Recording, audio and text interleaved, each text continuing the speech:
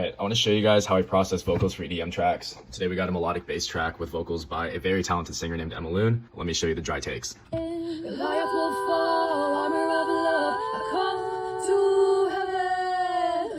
So first we're going to put a little auto-tune on these bad boys. So I use New Tone because it comes with FL Studio and I don't have $800 from Melodyne.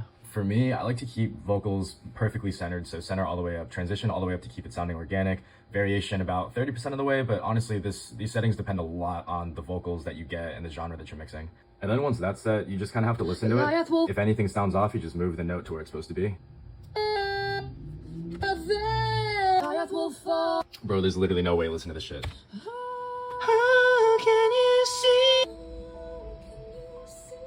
Anyway, sorry, here are the tune vocals.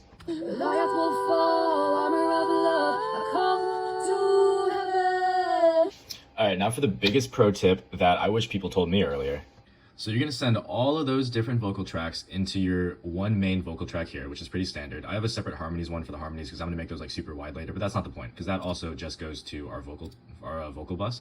And this is where a lot of people would just put all their effects. They'd be like, okay, I have all my vocals going to this vocal bus. Let's put our reverb and our delay and all our shit here in our vocal bus. No, you're going to send this vocal bus half to your master and half to a vocal effects bus that you can make as wet as you want. And now you have so much control over the sound, the effects that you're adding, not just the vocals and the effects as one entity.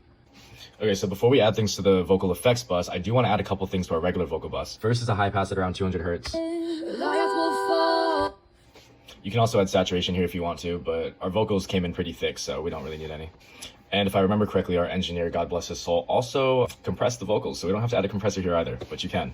All right, so onto the effects, which remember are on a separate bus that the vocals are running into. Serum 2 effects. Literally all you need is in here. Delay, I'm doing ping pong, quarter, low-ish feedback, didn't touch the EQ. Mix pretty high. Plate reverb, medium size. These settings that I kind of just tweaked till they felt good. Again, pretty high mix. A little bit of hyper dimension for flavor. Okay, I actually added a little bit of a high cut here and a high cut here because it wasn't sounding the cleanest, but I think we got something pretty good going.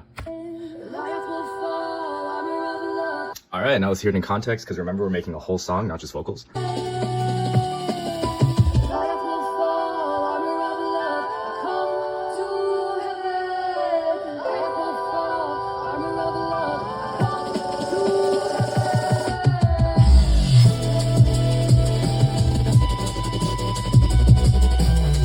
If you're a producer and you made it to the end, drop some sauce in the comments. I'm looking for sauce. I want to know your secrets. I want to know your deepest, darkest secrets.